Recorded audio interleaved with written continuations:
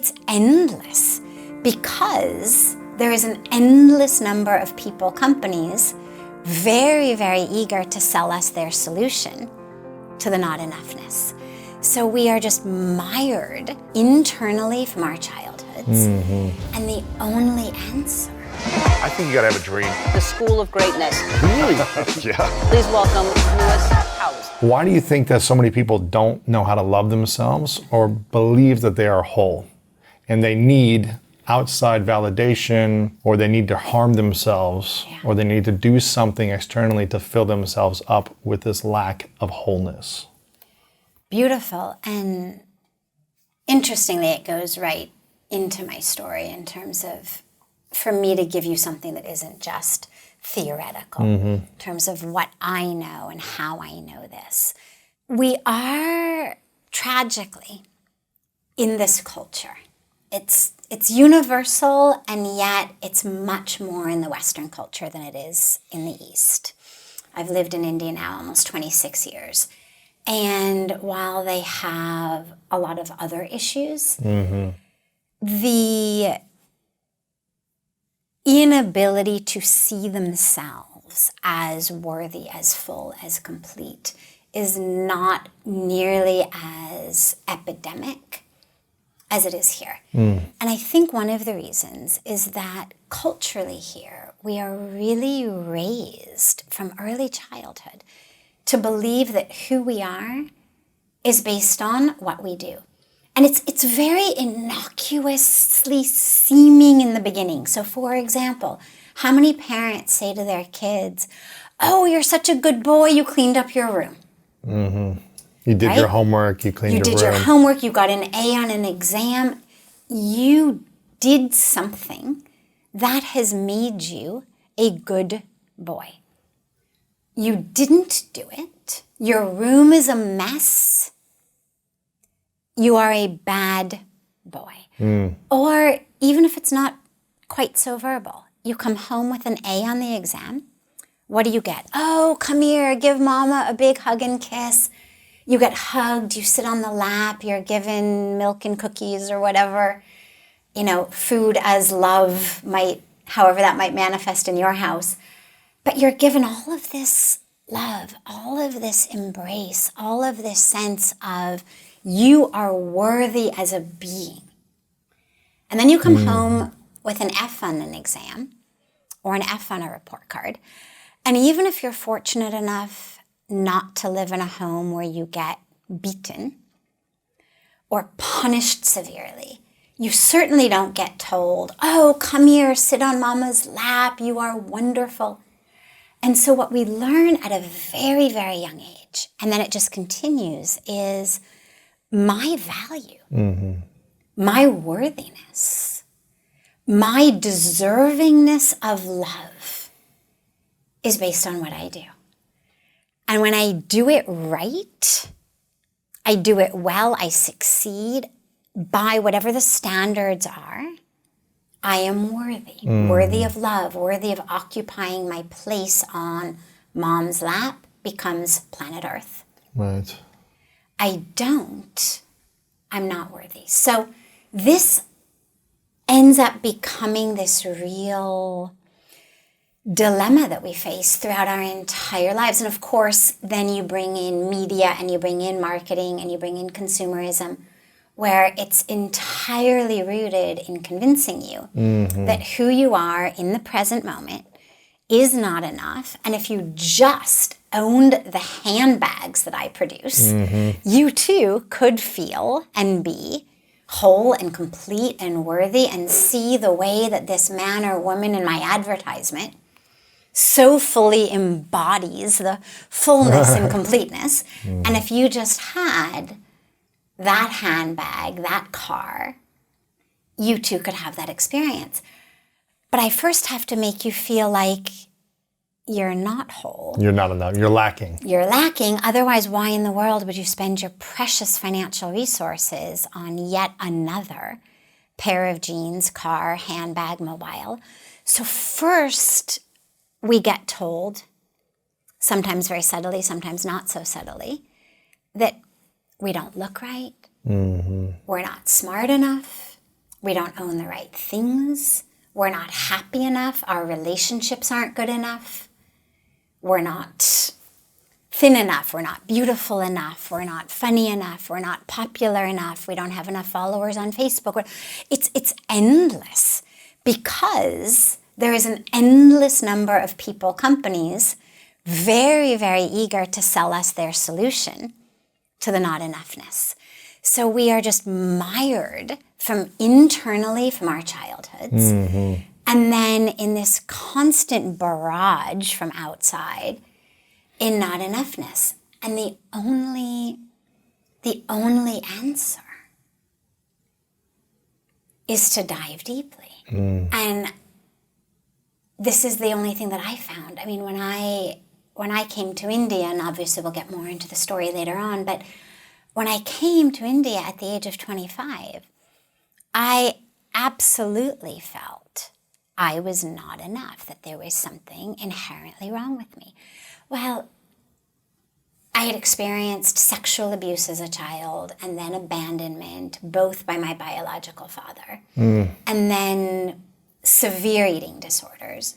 So it's all rooted in, for me, there's something wrong with me. Mm-hmm. I was abused, therefore I must have deserved it. It was sexual abuse, therefore my entire worthiness as a human being is rooted in this physical body. I was then abandoned by the same person, meaning not right, not enough. And then the eating disorder is all about every minute. This physical body experience, sense of fullness or emptiness, depending on the moment, is not right and needs to be changed. It's empty, we need to fill it. Then it's full, we need to empty it.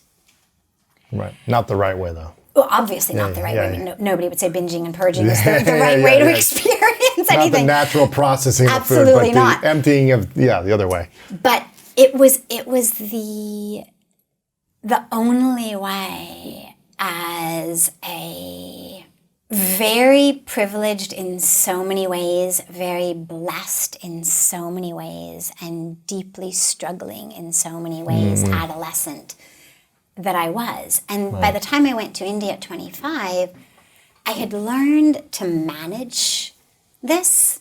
So I had gotten to a point where I was managing my pain, managing the addiction, managing that.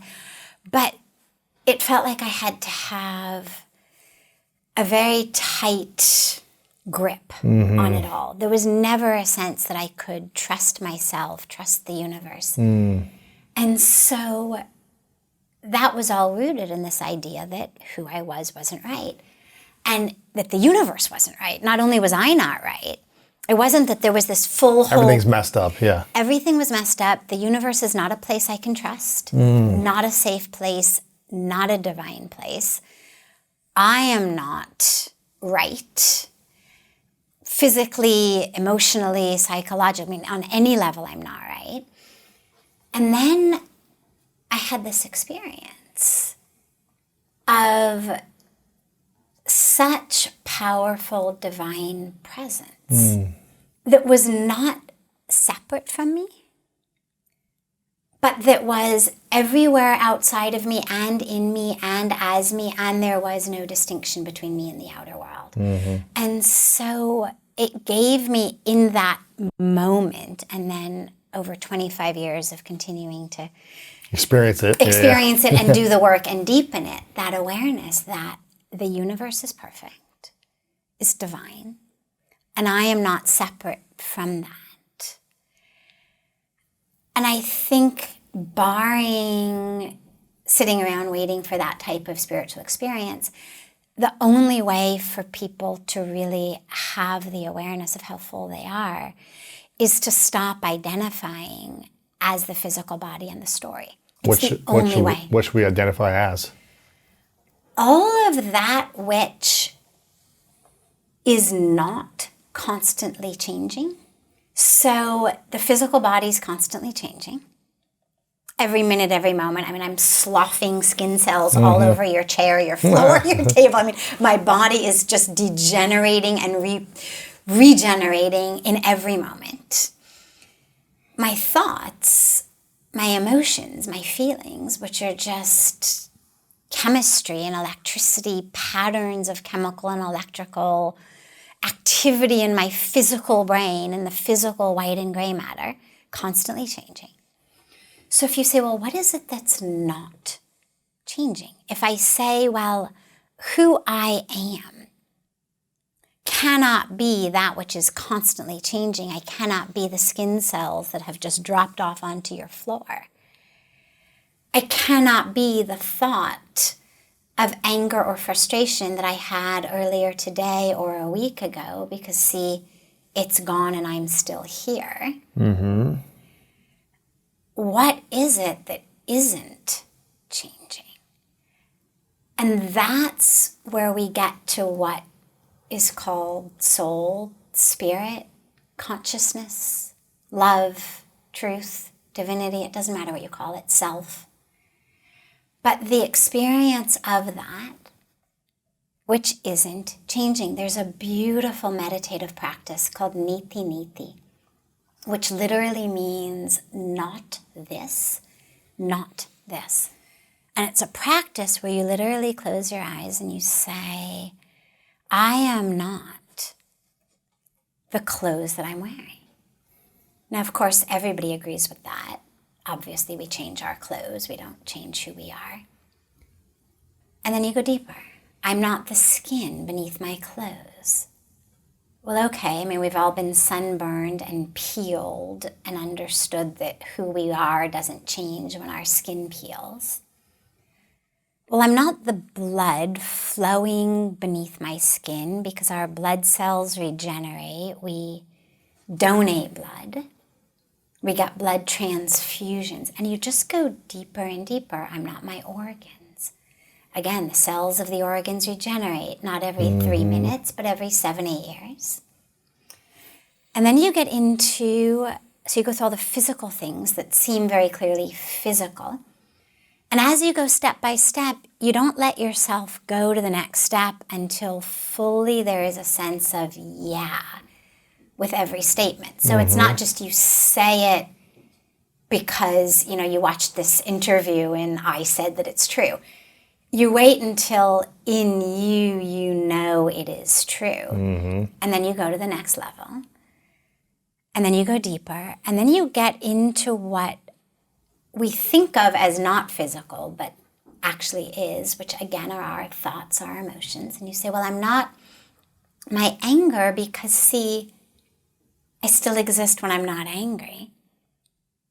I'm not my thoughts because if I were my thoughts, then I would cease to exist at the end of each thought. And if I ceased to exist, then who would be the one having the next thought?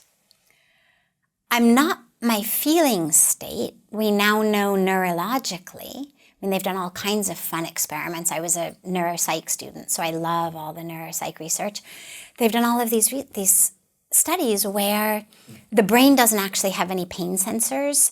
So while you wouldn't remove someone's skull just for the fun of it, if people are having their skull removed for some other purpose, having brain surgery or whatever, stuff, they can do things where they literally with metal rods stimulate different parts of the brain, and you can make people happy, sad, sexually excited, crying, angry.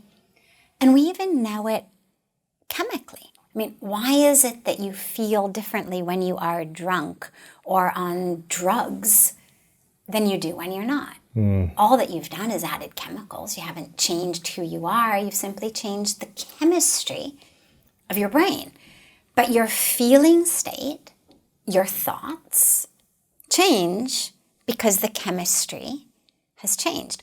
And all of that simply means, well, I'm not the chemistry in my brain. I mean, I am not the serotonin and norepinephrine and dopamine sitting in vesicles at the end of each neuron waiting to get ejected into a synapse, obviously.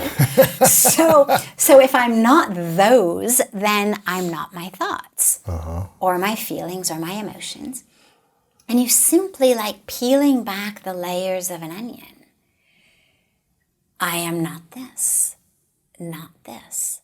And you finally reach a state where there is nothing left to not be.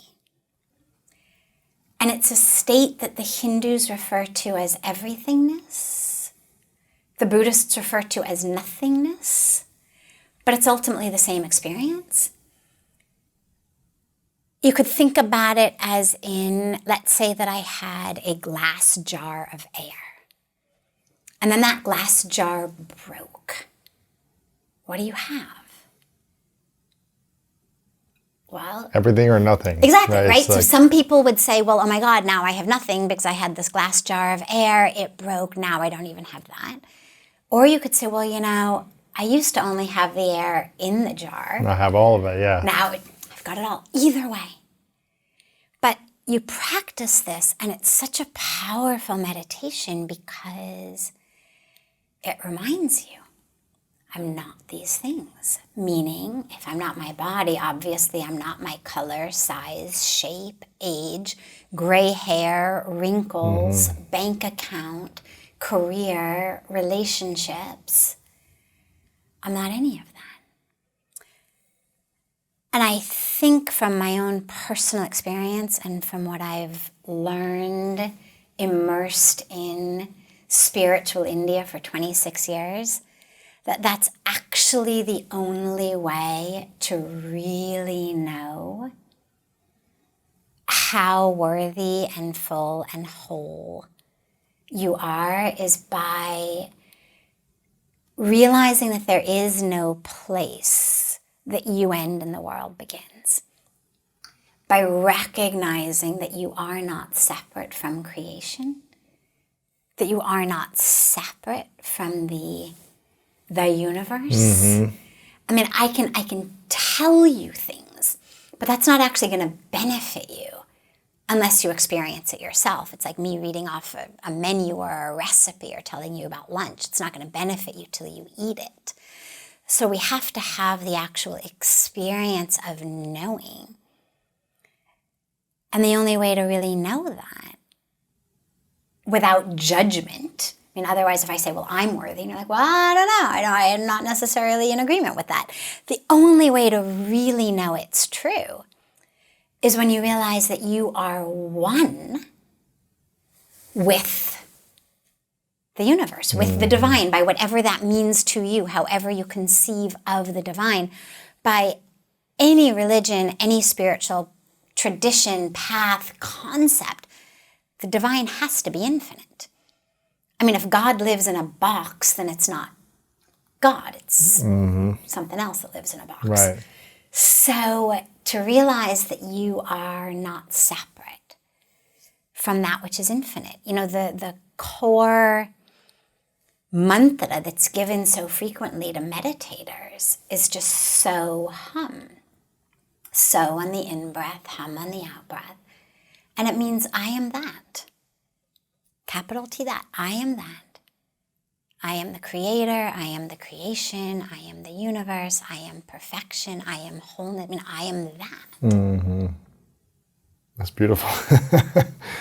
I think it's hard for people to quiet themselves enough to even think that process, to practice that process of I'm not my hair, I'm not my skin, I'm not this. Yeah. I think most people are so concerned with the pressure or the stress of life or the responsibilities that a lot of people don't take that time, at least in this part of the world. So what is something people can do if they don't, live in India, if they have these stresses, to consistently remind themselves that they are infinite, that they are infinite love, life, truth? You've got to give it time. I mean, I'll give you also some practices throughout the day, but those only work when you've got a foundation. And it takes some time, but here's the thing, Lewis. We're all busy, but we're running in the wrong direction. Mahatma Gandhi said so beautifully, he said, what is the point of running so fast when you're running in the wrong direction. We've got all of this speed, but we have no direction. I mean, it's like saying, I know I've got this broken leg, but I don't have time to go to the hospital and actually get it set because I've got all these errands I have to do. You'd be like, well, you know, ultimately, in the long run, it's going to be so much easier to run your errands when you can walk rather than be on crutches or with a walker or in a wheelchair. I mean, in the not so long term, not even talking about next life, talking about next month, if you give it a few days now, you actually go to the hospital and you actually let them set the leg and you actually deal with maybe having a plaster on it for a little while or whatever it may be, what you're going to find is that as you move through the rest of your life, everything is easier. But if you work yourself up into this illusion that you are too busy now to set that leg, you're just going to suffer forever. Right. So we've got to devote some time, but it doesn't have to be. I'm not saying you have to move to the caves or move to the Himalayas or go for a 3-month silent retreat. I'm talking 15 minutes a day. Yeah. I mean, really, 15 minutes a day. Obviously, if you've got more, great. But it doesn't take that long. And the moment that you get a foundation, you know, when you build a house, it takes a long time to wire it. But once the house is wired, you don't have to rewire it. You just plug something in. Turn it on, yeah. Exactly. Yeah. And that's what ends up happening. So I would say make a commitment that you're going to dedicate 15 minutes a day. If you can do it 15 minutes twice a day, nothing like it.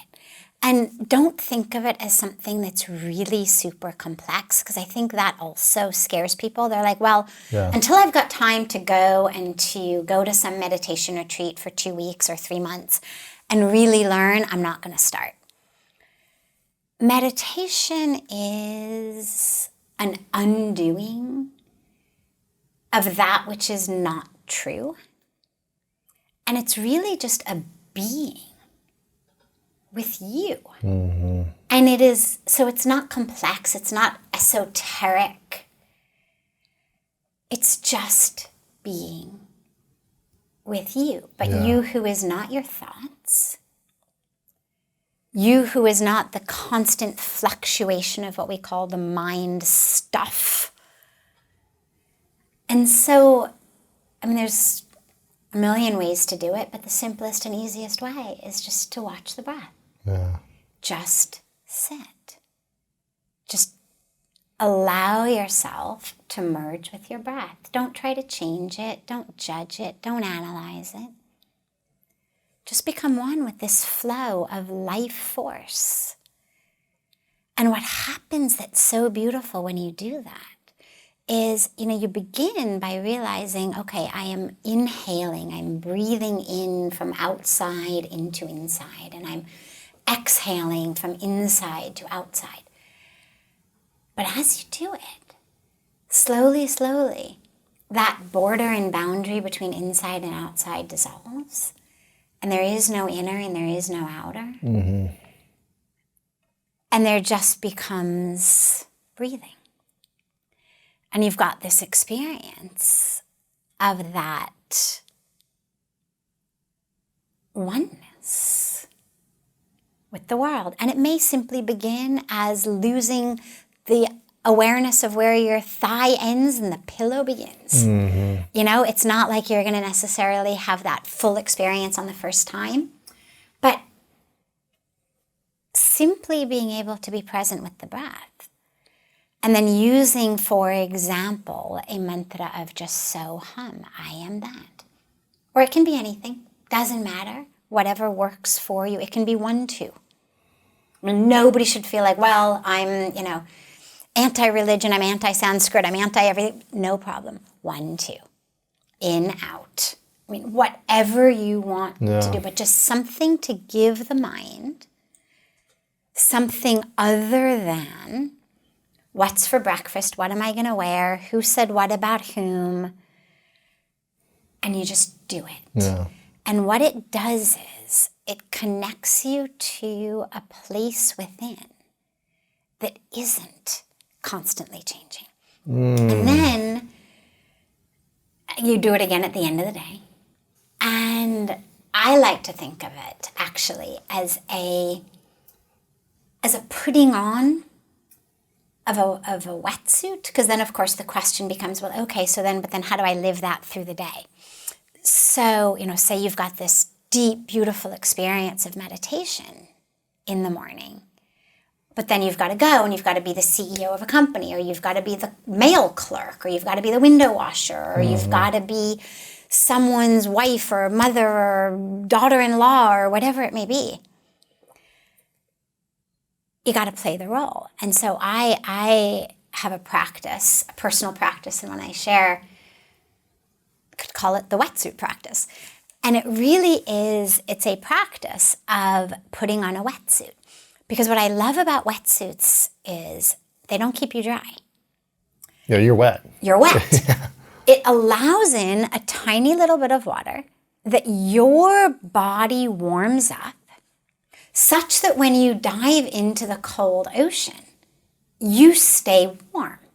Not because you are dry and disconnected from the ocean, but because your energy has been able to not necessarily warm the entire ocean, but warm enough of it, that part which is inside your wetsuit, to enable you to stay warm in a cold ocean. Right. And so I think about putting on a wetsuit in which your energetic being transmits love and peace into this wetsuit. And on days that you're feeling enervated, not so full of energy, you may think of the wetsuit as really, really close to your body. On days that you're just feeling full of love and joy and peace and just this channel, well, you may think of the wetsuit as being, 10 feet outside your body or 100 feet outside your body. But whatever it is, you move through the world with that such that you've got a role that you're playing. You can think of it painted on the outside of your wetsuit. It's the CEO wetsuit, the policewoman wetsuit, the whatever it is wetsuit costume that you're wearing. And then at the end of the day, you take it off. Because you don't want to forget about who you are and what are the roles that you play. That you're not the CEO. You're not the window washer. It's a role you're playing. It's the particular role that has been given to you at this particular season of life. Exactly.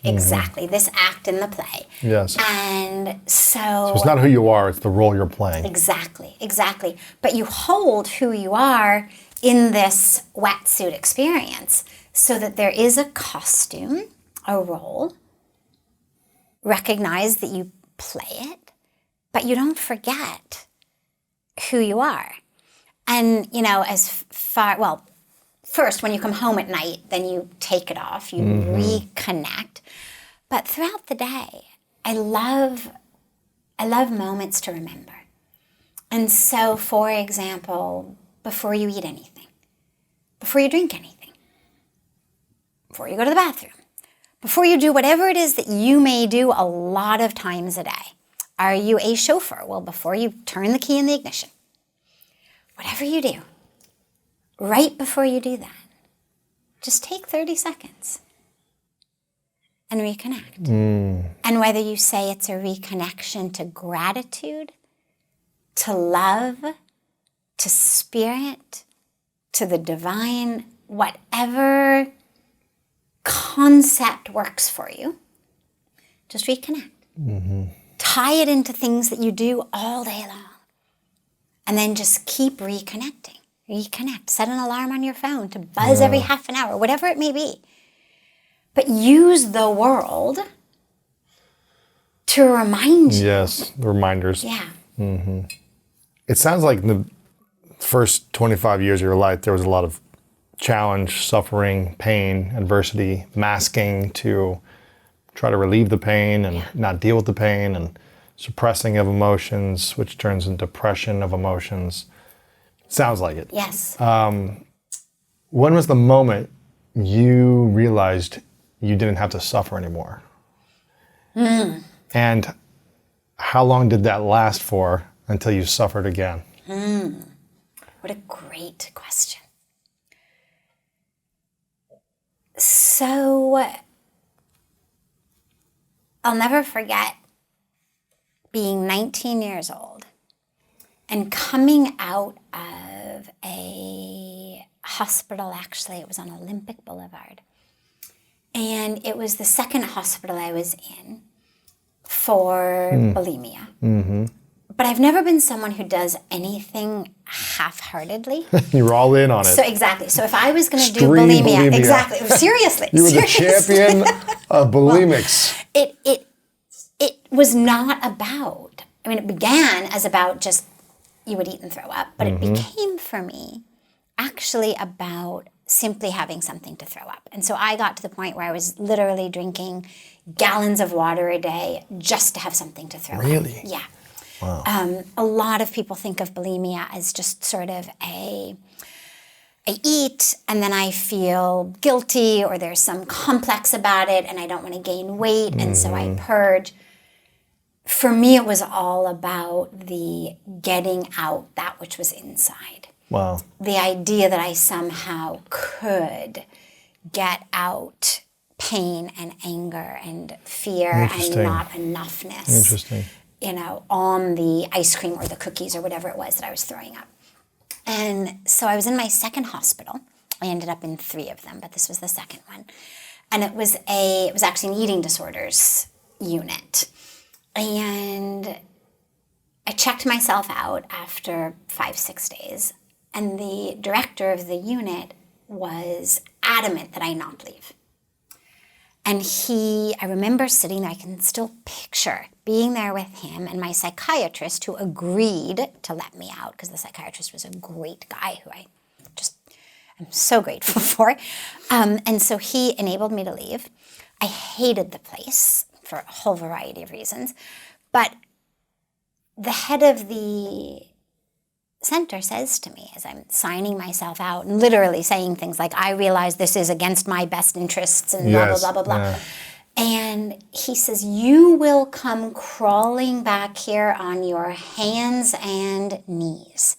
You are sick, you need help, and you will come crawling back on your hands and knees. Wow. And I walked out, 19 years old, onto Olympic Boulevard, knowing that there was no way in a million years I was ever going to crawl back there on my hands and knees, but also realizing I really needed help. And it wasn't going to be there, but you needed help somewhere. Needed help deeply. And so over the next 6 years, through a whole bunch of different therapists, psychologists, an additional hospital, et cetera, I had gotten to a point that I alluded to earlier where I was managing the situation. I no longer was drinking gallons of water to have something to throw up. I had learned to keep my food down, but it was all about management. It was about planning meals. I mean, there were whole systems of how you did this thing. Wow. Because what I was told was, this is always going to be on your shoulder. And this will be your thing. Always on your shoulder. You can learn to manage it, but you will always have this. And so I really believed that managing it was the very best that I was going to get to. And the truth was, everybody I knew was managing their lives. Not everyone was bulimic, but everyone had things that they were just managing. Whatever it was, people were just managing their lives. Some were managing better than others. But the idea that you could actually be free, that suffering could actually end, not simply be managed, was something that never occurred to me. Interesting. Yes, with a death grip on my food, my relationships, my schoolwork, my mind, I could manage. But freedom? Right. Obsessive control of our, yeah. I mean, there was no way in my mind that I actually could be free. Yeah, life had to be controlled. I mean, it had to be controlled. And whether it was, driving back home from halfway to my PhD program to make sure I had turned off the coffee pot, or whether it was my meals, or whether it was my relationship, life had to be controlled and managed because the universe couldn't be trusted. Because I couldn't be trusted. Right. My parents couldn't be trusted, my friend, whatever. Whatever it was. What I had learned was from the abuse, from the abandonment, because it had happened at such a young, impressionable age. My beloved friend, Dr. Bruce Lipton, always talks about the first 7 years of life being, that the brain waves are really that as though you were under hypnosis, that you are neurologically the most suggestible. Of course, yeah. So in those years, I had been told, both indirectly as well as directly. I mean, when my father called and said he never wanted to see me again, he spoke those words, "I do not want to see you again. I never want to see you again." I had just turned 8. So what you learn from that is, I'm not right, and the universe can't be trusted.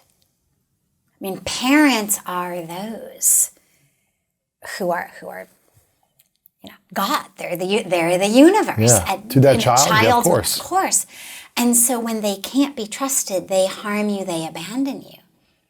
Well, the universe couldn't be trusted. So to me, prior to going to India, suffering was just what life was, and you learned how to manage it. Yeah.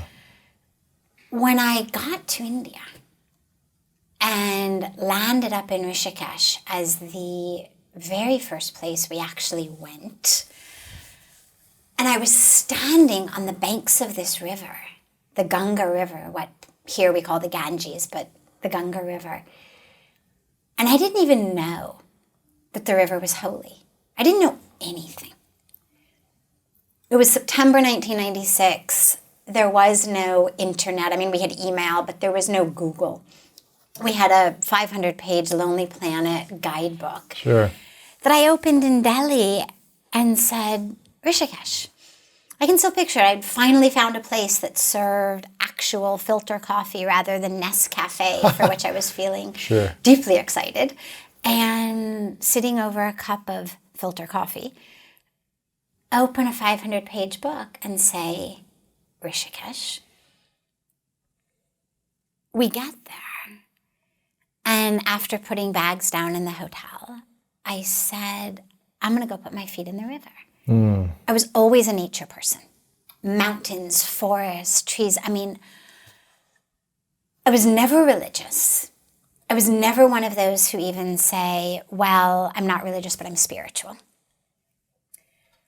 I was raised in a Reformed Jewish family. I was bat mitzvahed, but it was much more about the culture. Like, it was about making my grandparents happy. It was never about God. Right. It was about the ancestry, the history, my family. The rituals, exactly. Yeah. So I get down to this river because I wanted to freshen up. I was hot, I was tired, we had traveled. It was hot, it was sweaty. We had to carry all of our bags across the bridge because the driver had not told us there was a boat. He had just said, you cross bridge. Not mentioning, there's this motorboat that actually will take you across. There's coolies, nothing. So we had carried our luggage all across the footbridge over the river. And I said, I'm going to go put my feet in the river. Just be with the river, be with the mountains. They had always been, for me, my place of spiritual refuge. And again, I never would have used those words because I never would have said I was a spiritual person. But when I was in the Bay Area, when I was at Stanford, when I was in Palo Alto, Muir Woods, the Redwoods, the whole sort of span from Big Sur up to the Mendocino coast was the only place you would find me on weekends, holidays. All I wanted to do was be in the forest. So I come down to the river and I get to the banks of this river thinking I'm just going to take off my shoes and freshen up. And suddenly it was like a veil was pulled off. Not only my eyes, but pulled off of every way of seeing and knowing that I had. I could see, not just visually, but with every way of seeing and knowing that I had the presence of the divine. Everything I saw was divine. It began with the sacred river, but then it stayed as I moved my head, and now I'm looking at steps, and I'm looking at children, and I'm looking at a telephone pole, and it didn't matter what I was looking at. The background kept changing, but the foreground of just this divine presence was in everything. And I was not separate from that. And I burst into tears. Wow. I mean, just sobbing. Not tears of sadness, but also not tears of happiness. It wasn't like, oh my God, I'm so happy I'm crying. It was just tears of the truth. And I would say that was the first moment that I realized experientially and intellectually, even though at the moment my entire intellect had been just turned to cream cheese. I mean, there was no intellect. I was nonverbal. I couldn't put together a sentence for weeks. Nonetheless, I was aware in whatever cognitive capacity that I had at that time that I was free. And then you ask, and when did suffering again begin? In earnest, I mean, there were moments, but in earnest, it began about, 8, 9, 12 months-ish later. I had already moved to India. You went home to the U.S., then came back. Exactly. And I mean, I knew from that moment on the banks of the Ganga that that's where I was meant to stay. Yeah. I was meant to be there. Why, how, where? I mean, I didn't even know I was going to live at Parmarth Niketan Ashram, where I now live. I had not even been in the ashram. I only discovered the ashram about a few days later, when I found it as a much nicer pathway to get from the hotel to the banks of the river. They had sent me, originally the guys at the hotel desk had sent me down this alleyway, which, it's an Indian alleyway. It's not very aesthetically pleasing. The garden and temple. Exactly. So I discovered one day that there was this parallel path, which was full of gardens and temples, and it was exquisite and it was clean. And so Parmarth Niketan became simply my pathway. And as I was walking through it one day, I heard a voice. And the voice said, "You must stay here." Now, I was not a mystic. I was a scientist. I was an academic. I did not hear voices. The only people in my entire frame of reference who heard voices other than Joan of Arc were schizophrenics. Right.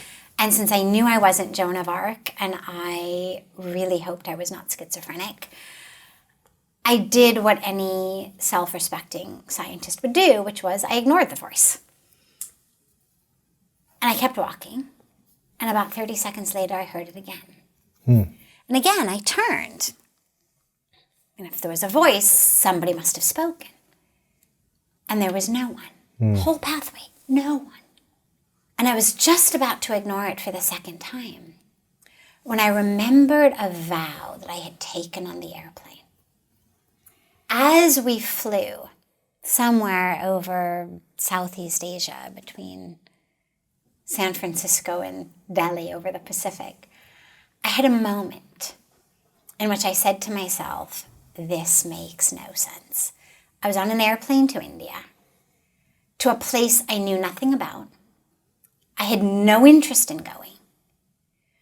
My husband was on a spiritual quest. I was not. The only redeemable factor in my mind about India, the only thing I knew about India, was that it made great vegetarian food. I was a staunch, ardent, what my friends called vegetarist. And so I knew that eating in India was going to be really easy. And so I had agreed to go. But somewhere in Southeast Asia, I had this moment of, this makes no sense. I was never a wanderer. When I was a straight A student. I had gone through Stanford undergrad in 3 years instead of 4 years. I was taking 21 units a quarter instead of 15 in my PhD program. Like, and acing it all. And acing it all, exactly. I was not an aimless wanderer. Yeah. And so the idea that here I was going to a country that I had no interest in going to simply because I could get good vegetarian food when I could get it on my corner. Sure. I mean, I was living in the San Francisco Bay Area. Every corner has good Indian vegetarian food. And so I said to myself, okay, there's a reason you're going, and you just don't know what it is. And even though I wasn't religious or spiritual, I always had this very deep belief in what I used to call just the capital P planner. It seemed to me that the universe itself, the simply scientific workings of the universe, seeds becoming trees and caterpillars becoming butterflies and just everything doing its thing. Our bodies, the way that we digest, the way that we breathe. I mean, it seemed to me too perfect to be random. So I always had believed in a capital P planner. And therefore, a capital P plan, like somebody, something knew how to make this whole digestive system thing work and knew how to make seeds become trees that then give us apples. And so on the plane, I took this vow that I was just going to keep my heart open. That there was a reason I was going. I didn't know what it was. The capital P planner knew. And if I just kept my heart open, it would reveal itself. So in that moment, when I had heard the voice for the second time, and I was just about to ignore it, I remembered my vow. Keep your heart open. Keep my heart open. And I thought, all right, so be it. So I went in and said, I want to stay. And it's a long story. I tell all of it in the book. But basically, I needed to wait a week. I needed to wait for Swamiji, the president of the ashram, to return and grant me permission to stay at the ashram. And a lot of things have changed in 25 years. Now you just send an email and you get a room. Literally, I mean, now you just fill out a form online and you get a room. Sure. But at that time, because it's a very traditional Vedic lineage, you didn't just wander in off the streets as a single foreign female and say, I want a room. Sure. I end up finally staying. And I went back 3 months in. There's so much. We're doing the story in a very fun way, but I had all of these incredible experiences there of just ecstasy and expansion. But going back to the question of suffering, on the third or fourth day of being there. After you came home, then come back? No. Third or fourth day of being there in the very beginning. Gotcha, yep. I wait a week. Swamiji, the president, who I didn't know at the time, was this very renowned, very revered, majorly famous spiritual leader, master. He comes back and he, of course, gives me permission to stay. But when I meet him, I was palpably aware that I was in the presence of a being who was different. Sure. Energetically different than any being I'd ever been in their presence before. And I knew that that was where I was meant to stay. I mean, I had known a week earlier that I was meant to be on the banks of the Ganga, but where, how, I didn't know any of it. Once I met him, I realized, oh, okay, it's here. It's in this ashram. It's with him that I'm meant to be. So I stay. My husband ends up traveling all over. He was not interested, much to my dismay, actually. I thought I had found the right ashram and guru for him, but he was not interested in anything that I had found. Sure. So he needed to forge his own path.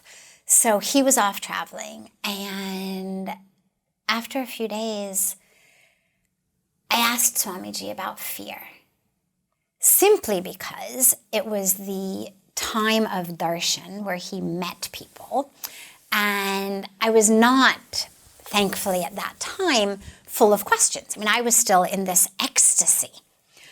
But here we were one day where there was still time left on his hour, and people were done and had gone. And he turns to me and he says, yes. And so I asked him about fear, and he said, you fear because you don't trust. And I then gave him my story. It's a good story. Here's why I don't trust. I was abused. I was abandoned. Here's what happened to me. People let me down, this and this, yeah. Yeah, I mean, how can I possibly trust when this is the very foundation of what I had experienced? And it was a story that had always gotten me a lot of sympathy. Oh, you poor thing. You know, God, it's amazing, you know, that you're doing so well anyway. You're managing it so well. You're managing, exactly. You're managing. You're doing so Right. great. You're managing.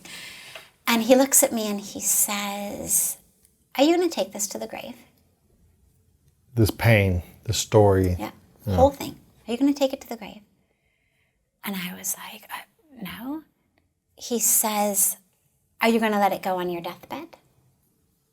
Now remember, I was 25. I said, God, no. He said, how about a week before you die? How about a month before you die? And I said, God, no, Swamiji. I mean, I'm in therapy. I'm in process. I'm learning to heal. And he looks at me and he says, you're waiting for someone to draw the line for you. You're waiting for someone to come in and say, you can be done. He said, no one will. He said, it's up to you. Wow. You can take this pain to the grave. You can let it go on your deathbed.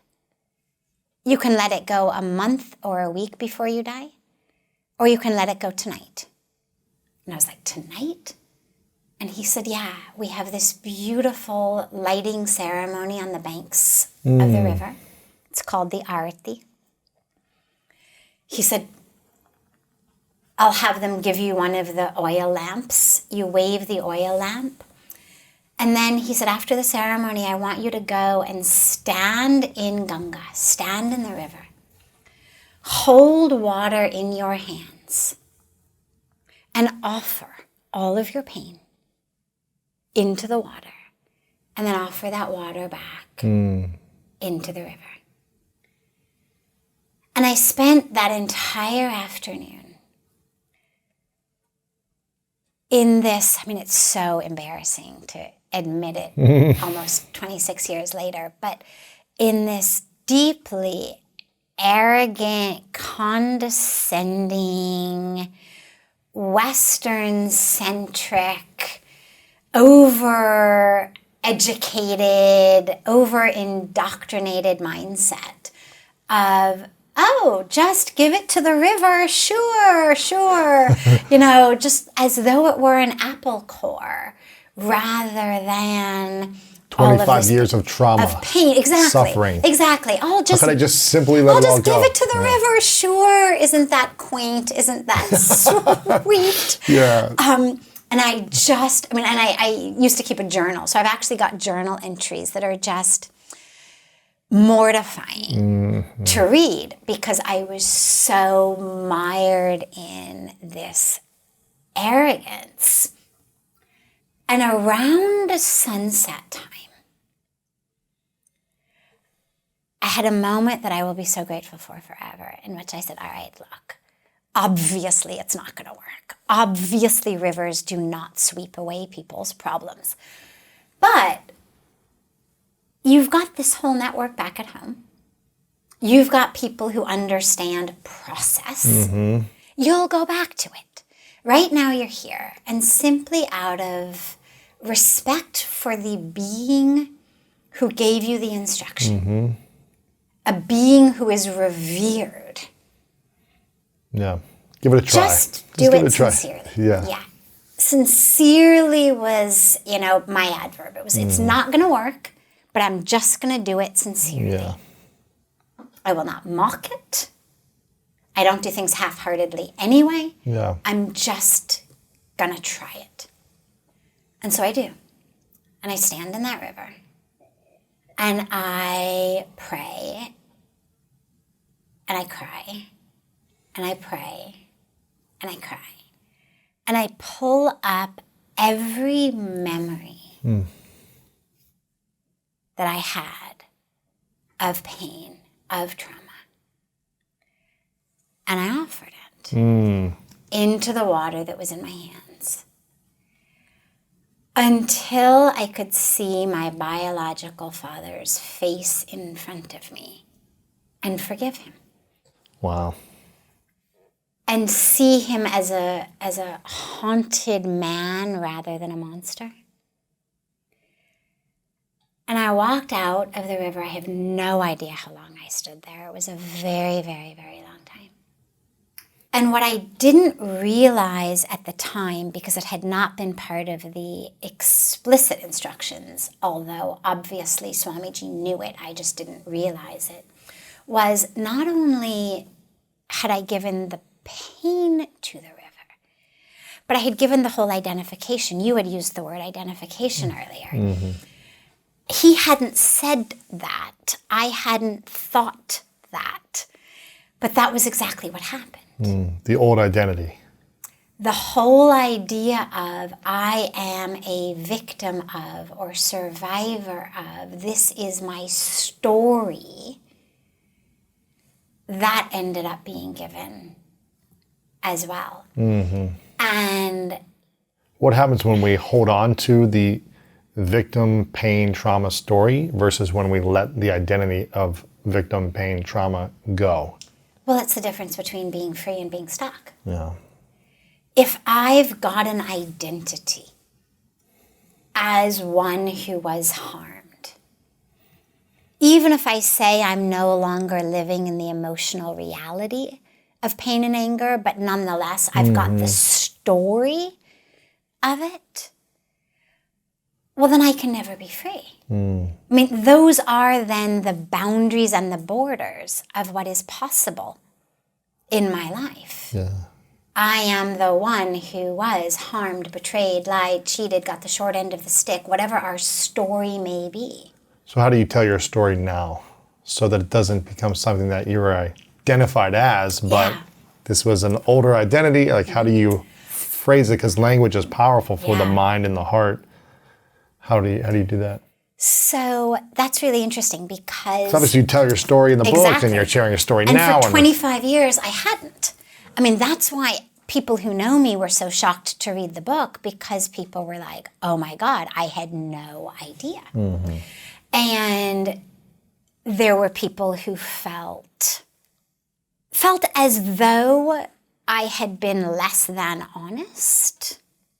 We're telling the full story. That I hadn't for 25 years said, oh, and by the way, this is what I had experienced. Yeah.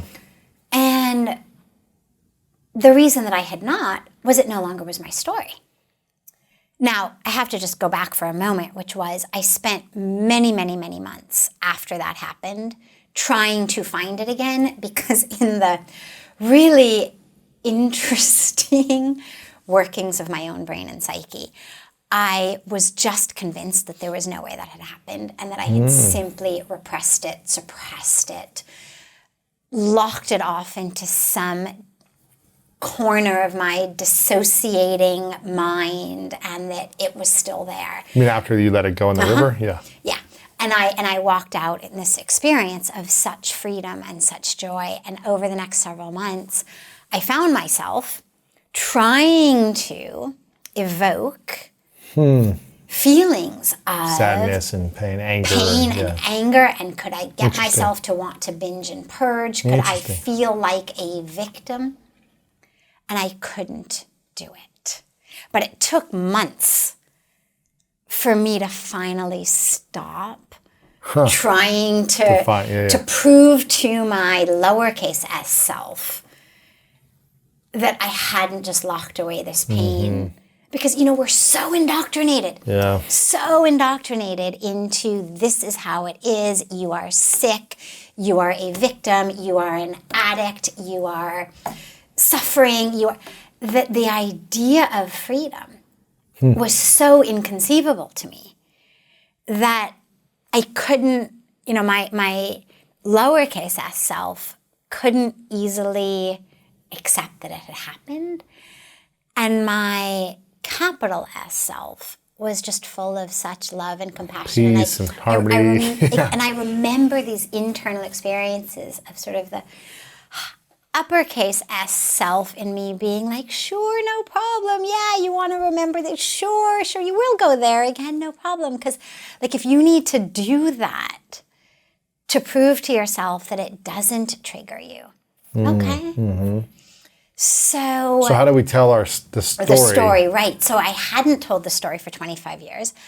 I finally told it through the book in a way in which it's a telling of a story. I did try to get back in touch with the emotion. Because, see, even though it's no longer on a deep level my emotion, empathically, I can still connect to the young girl to whom that happened. It's not like she has ceased to exist. Right. It's just, she's not me. Right. You've outgrown her. And so... But is she still inside of you? Is there a young 5, 7, 8, 10-year-old inside of you that had an experience? Inside is such an interesting question, because when you say inside, can I connect with her empathically, deeply, in a way that enables me to write a book full of what she was feeling? Absolutely. Can I tap in, tune in, reconnect? Absolutely. It has not become unavailable to me.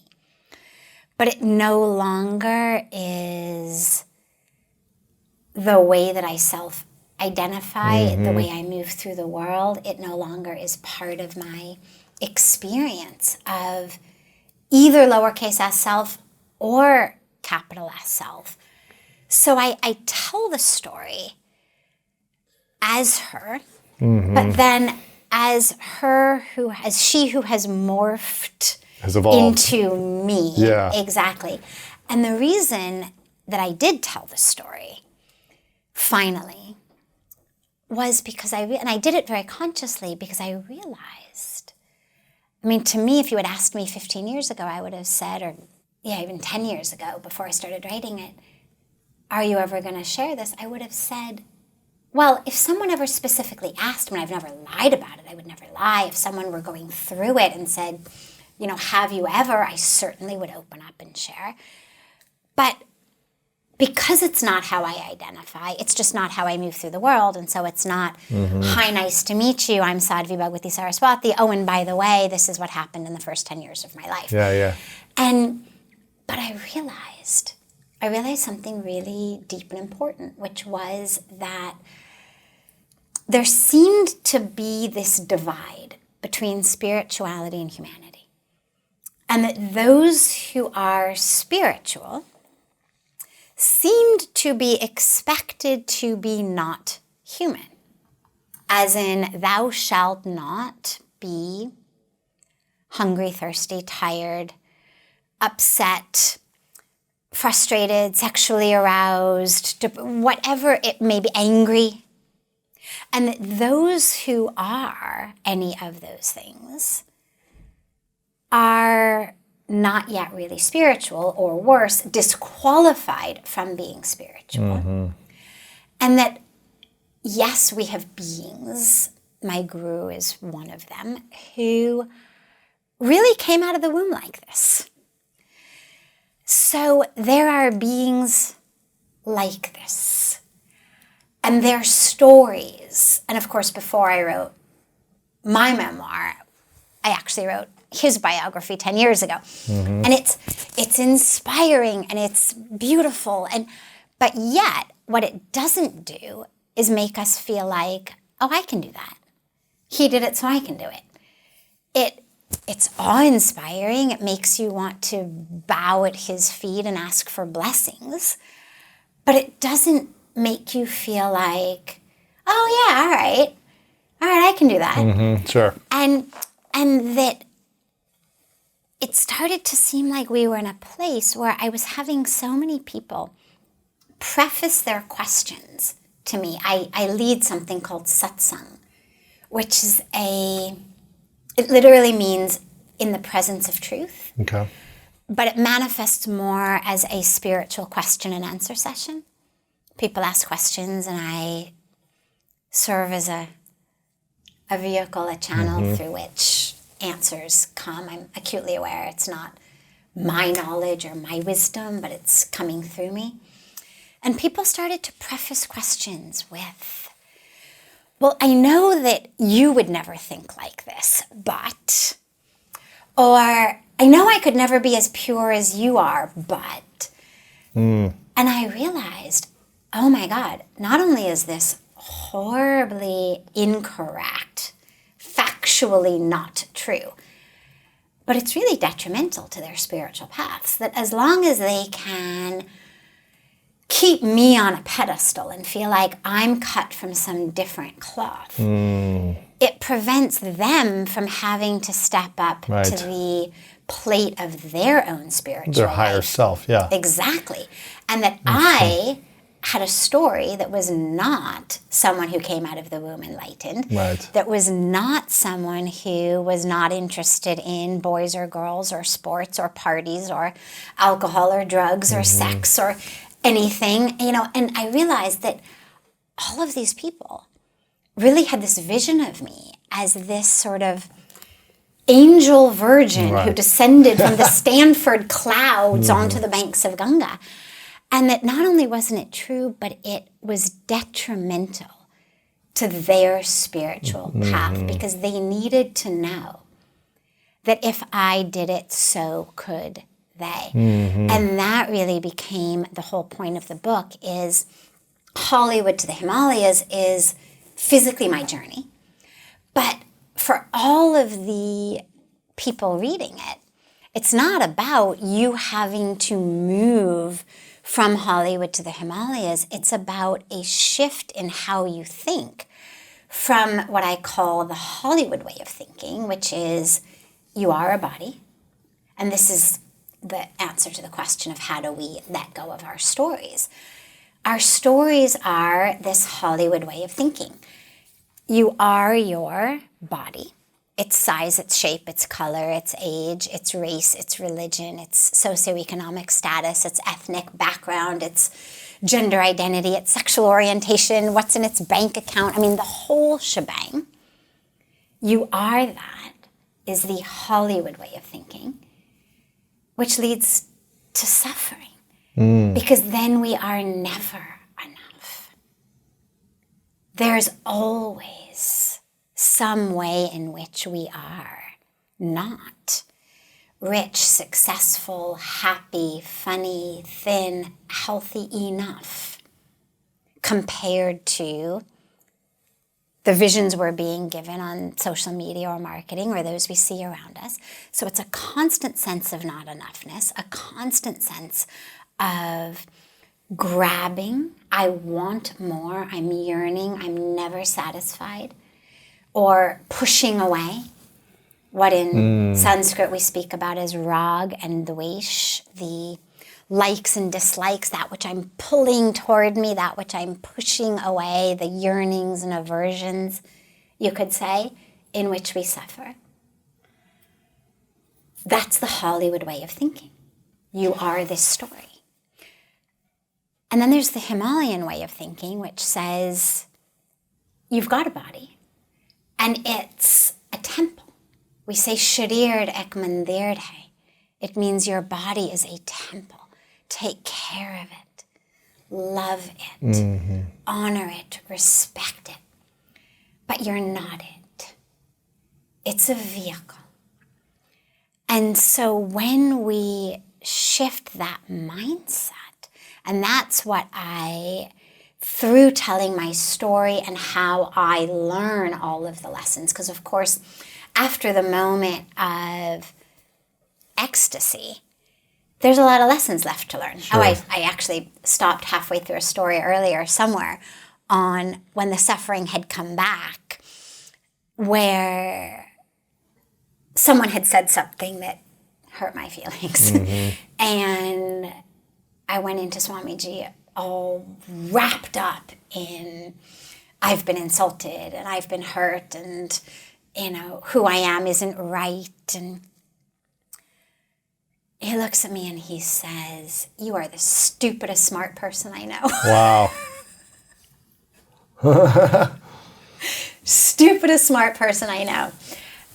He says, how is it that someone as smart, as in you've been so educated, you've got these degrees from the best institutions, how can you be so stupid? And he didn't mean it in a derogatory, the core of who you are is wrong.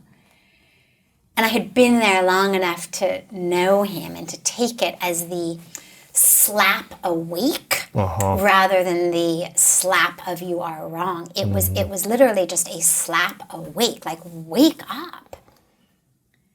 Come back to self. Who is it who's hurt? Who is it who has forgotten who you are, that suddenly what this person in their ego, in their arrogance, in their karmic drama has said about you, suddenly that's your story? You stood in Ganga and you let go the anger and the pain of what had been done to you by your fathers, anger and ego and ignorance and karmic drama.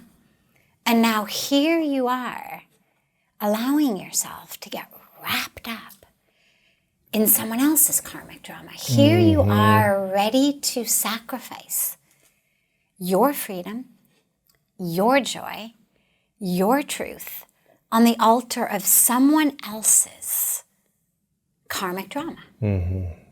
They're angry. They're frustrated. They're jealous. They're in the midst of whatever karmic drama throes they are working through. You don't need to take it on. Yeah. Why would you take that on? Why would you offer your most precious thing, your freedom, your truth, on this altar of their suffering? Because of course people only bring suffering to others when they're suffering themselves. Right. So how do you manage, I don't know if manage is the right word, but how do you navigate someone else's victim suffering state of being, or whatever, drama, whatever you want to call it?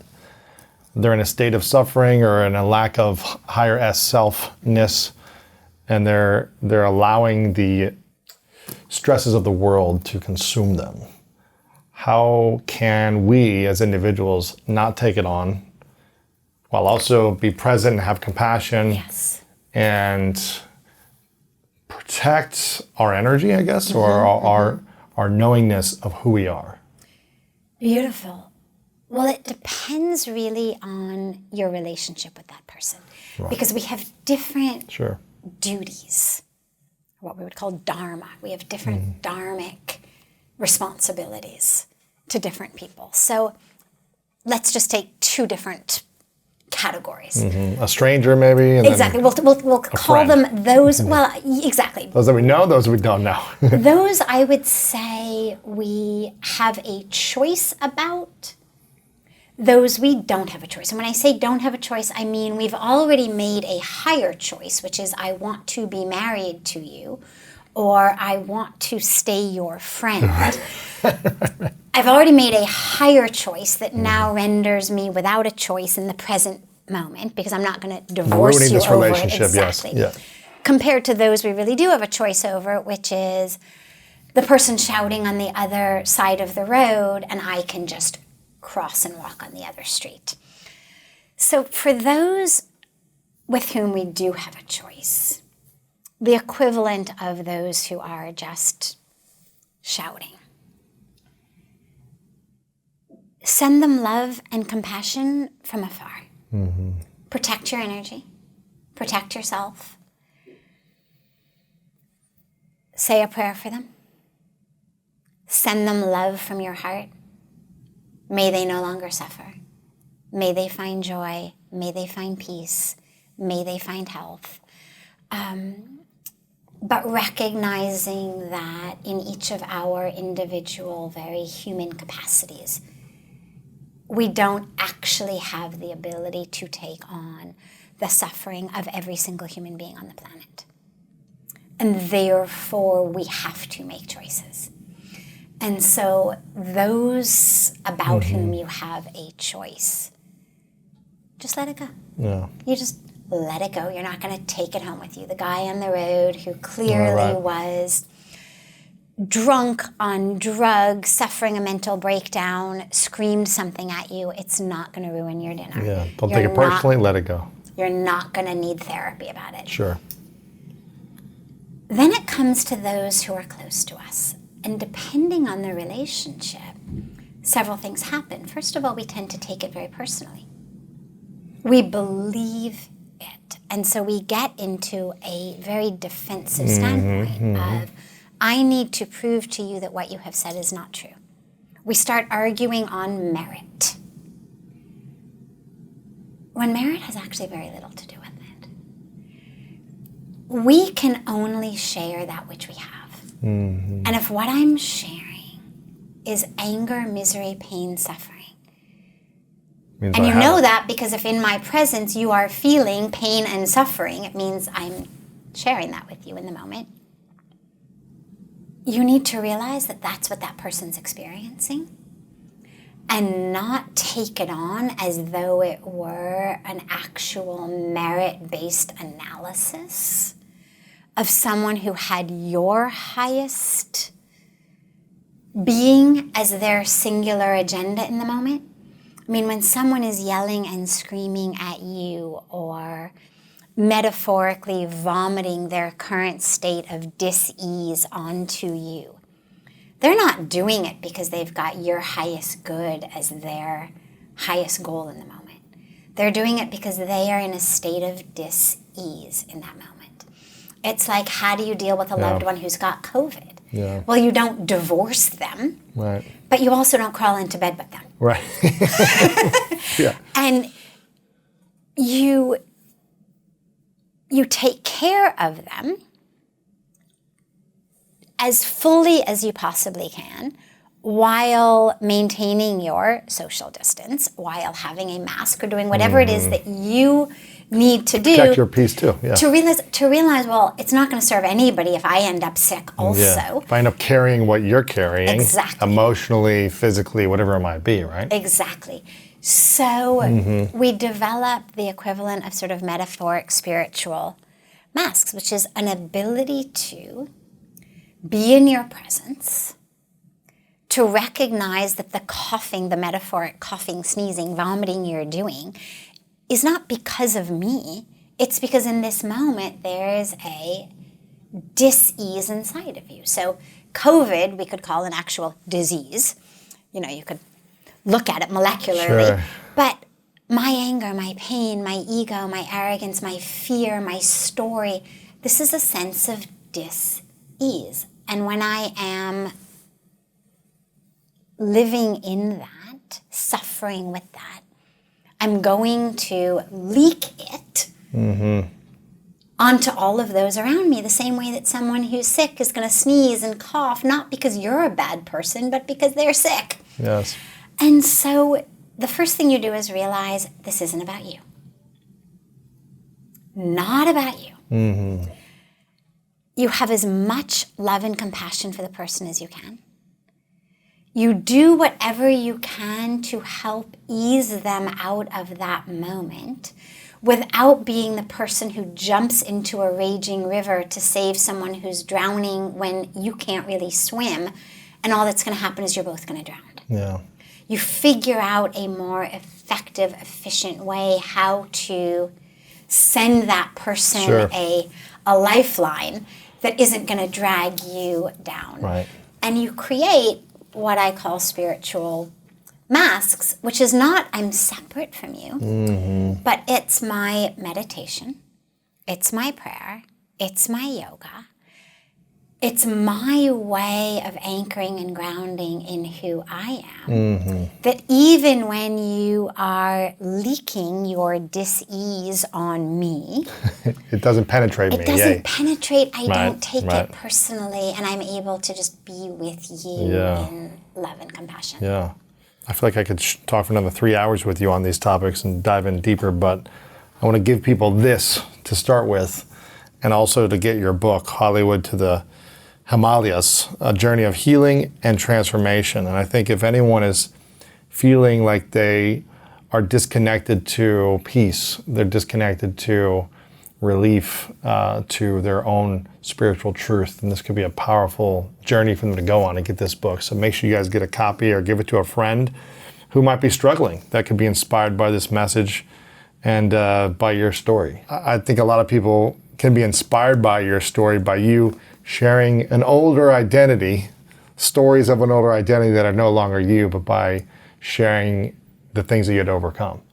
Well, thank you so much. It also, as it shares the last 26 years now in India, it shares the challenges that I've been through in India. So yes, there is the aspect of the healing and transformation from the trauma and the addiction and the story into a being of freedom and joy.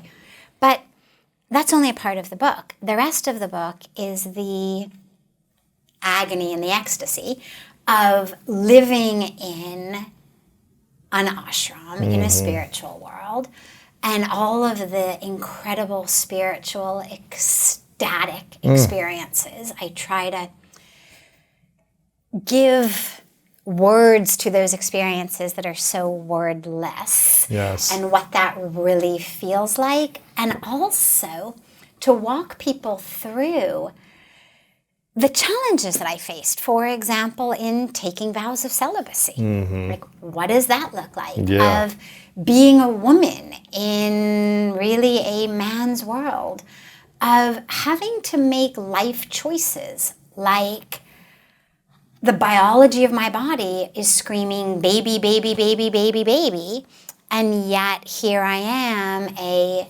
monastic renunciant. And how do you look at life paths and life being not, as I say, a buffet where it's all about, oh, I'd like this and this and this and that, and I'd like to just mush up everything. Sure. But actually having to make conscious decisions about the package deals that we're going to live in. Right. And so I try to really walk people through both the agony of the decision-making fork in the road. How do you make these decisions? How do you deal with it when you are faced with these sorts of questions Sure. and traumas and new challenges. Like here you are in a woman's body and oh my God, it's a man's world. As people struggle with decisions in their life, challenges in their life, things that seem insurmountable, or package deals they're trying to figure out how to merge and what to do. I really walk people through all of these decisions and challenges of how do you do it in a way that honors spirit, honors truth, honors love, and also honors the very unique and beautiful role that you are here to play in this particular incarnation with your gender and your ethnicity and your story and all of that. How do you honor both of those? Yeah. So I'm really excited for people to be helped by that aspect of it as well, because I've certainly had my share of challenges. Big challenges, yeah, yes. Sure, that's great. I'm excited for people to get the book, Hollywood to the Himalayas.com. And where do you spend time on social media? Where should we follow you or connect with you the best? So I did also just want to say quickly, yes. You and I have been saying Himalayas because that is the correct, well, that's the way I heard you say it, so I've been saying it that way. It's the correct way to say it. For those of you who have not yet been initiated into the Sanskrit pronunciation of things, people call it the Himalayas, of course. Actually, in India, they say the Himalayas in the same way that we say Ganga instead of the Ganges. Okay. But it also is Hollywood to the Himalayas, so either way is fine. But yeah, the website for the book is Hollywood to the Himalayas or Himalayas.com, where you can learn more about it, download some free chapters. But also even easier is just to go straight to Amazon or wherever you get your books and order it. On social media, I am at SADHVIji. That's SADHVIJI at SADHVIji on YouTube and also on Instagram. Okay, cool. And my website is sadhviji.org, so that's super easy. And on Facebook, I'm the full name at SADHVI BHAGAWATI SARASWATI. Okay, perfect. We'll have it all linked up as well. Fantastic. And I want to acknowledge you, SADHVI, for your journey, for your journey of showing up for yourself, for your higher truth, for your mission to serve and to go on this experience, which was challenging, but also extremely powerful for you. So I really acknowledge you for everything you've been up to and the things that you've had to overcome and the people you've been able to serve because of this mission. Thank you. You're welcome. You're welcome. Thank you. I feel so blessed to be able to be a vehicle, a vessel, a channel of healing for others. Yeah. It's been so beautiful to heal, but to be able to have that experience be one that brings healing and transformation to others is just such a double, triple, quadruple It's beautiful. bonus. Yeah, it's beautiful. This is a question I ask everyone at the end. It's a hypothetical scenario. Okay. So imagine it's your last day on this physical earth. Many years away. You get to live as long as you want to live. Okay. But eventually it's that last day. And imagine you get to be, see, do, be the channel for everything you want to do in your life, right? You accomplish things you want to accomplish. You're living your life the way you want to. You're of service. All the things, they all happen. But for whatever reason, you got to take all of your messages with you to the next place. Hypothetical. Okay. The book is gone. This conversation, it goes somewhere else, right? But you have 3 things you get to share with the world. 3 lessons from all the life that you've experienced, all the life you're going to experience until that day. And these are the only lessons you could share and leave behind. Hypothetical. What would be those 3 truths for you that you would share? Wow. You should send these in advance. I know. We like to get you on the spot, though. On the we like spot, to get you on the spot. It doesn't have to be perfect. You got to let go of perfectionism here, too, you know? No problem with perfectionism as long as your audience is good with a few moments of silence. Of course. The first is that grace does not discriminate. That whoever you are, whatever you've experienced, whatever has happened to you, whatever you've done, grace is available for you, there for you, ready for you, waiting for you, flowing to you, through you. And all you've got to do is open yourself. If you think about faucet, it's funny, it happens to me sometimes. I'm so used to speaking Hindi, I'm like, the null. No, null. Null is Hindi, English, faucet. You think about the faucet being on, but you've got a bucket. In India, everybody bathes with a bucket, so you turn on the faucet and the bucket fills with water. You think you've got the faucet on, but the bucket's upside down. Well, that water is flowing, but you're not able to benefit from it because your bucket's upside down. Yeah. Grace is flowing. It's there. No one doesn't have a bucket. There's no buckets with holes in them.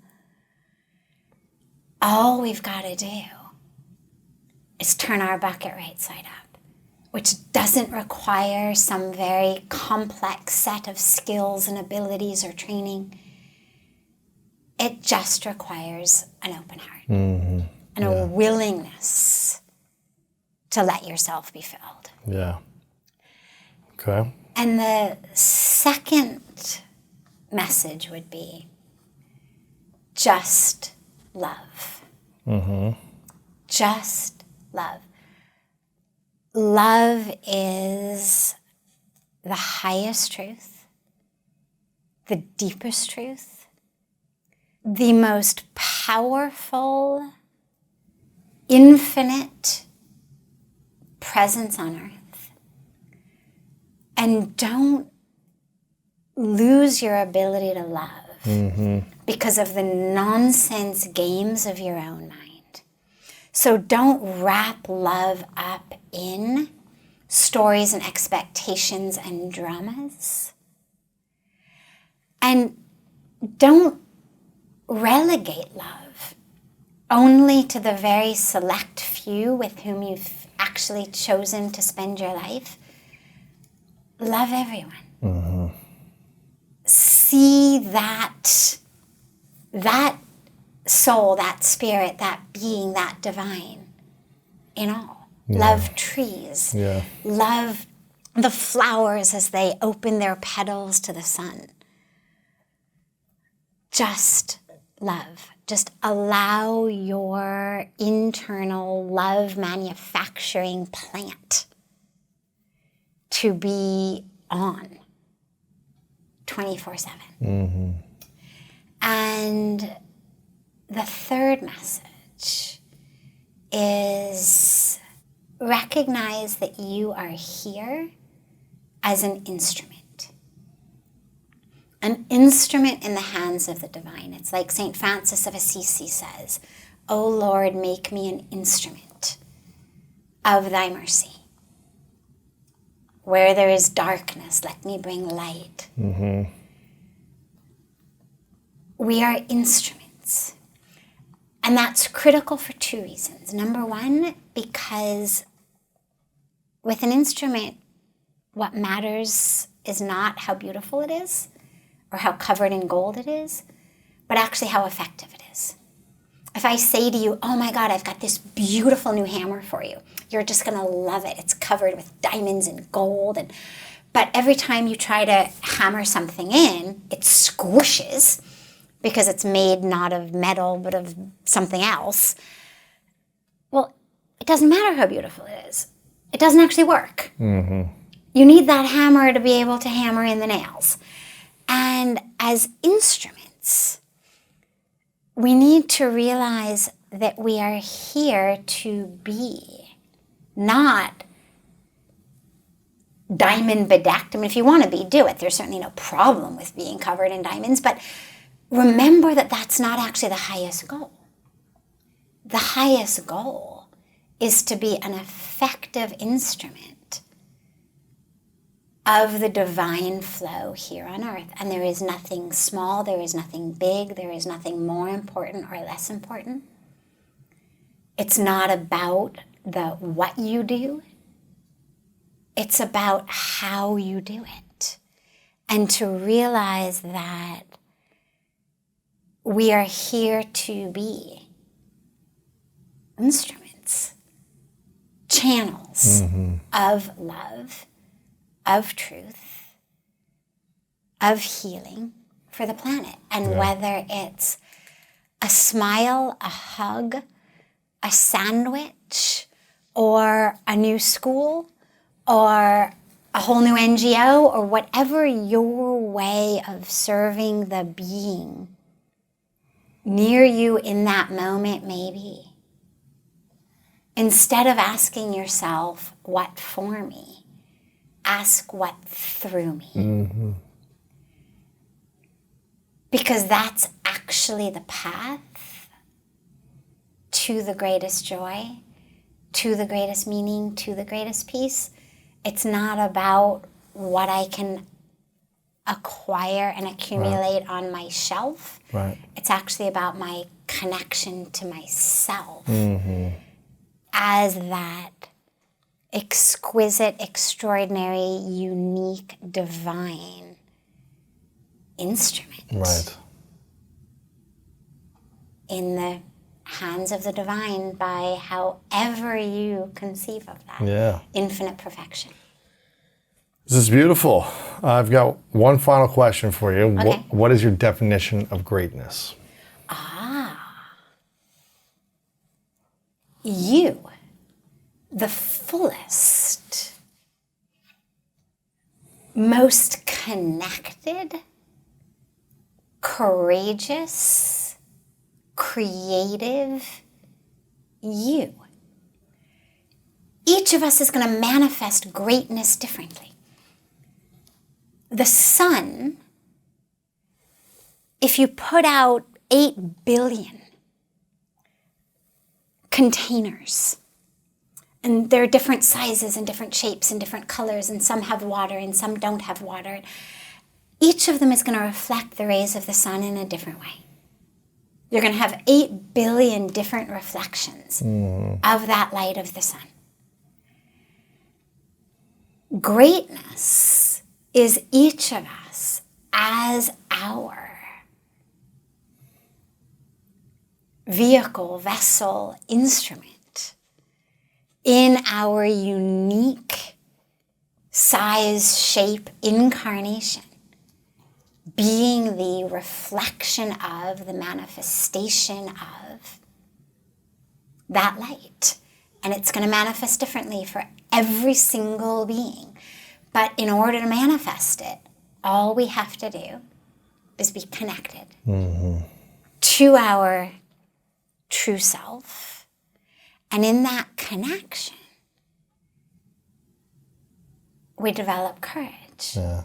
Because when I'm connected, then I know. You know, it's like the tree. I mean, I think about nature all the time, and you think, okay, well, so if you say, what is greatness in a tree? Well, in some trees, greatness is to grow 600 feet up. But in some trees, greatness is to grow sideways. Right. Because that tree knows my light is not up. Even though the light of every other tree around me is straight up, my light is over here. And by some amazing plan of the capital P planner, even though trees are supposed to grow up, that tree knows how to grow horizontal to the ground until she finds her light. And so Yes. having that connection to yourself, to your truth, to have the courage to grow and to become and to be who you are in your light.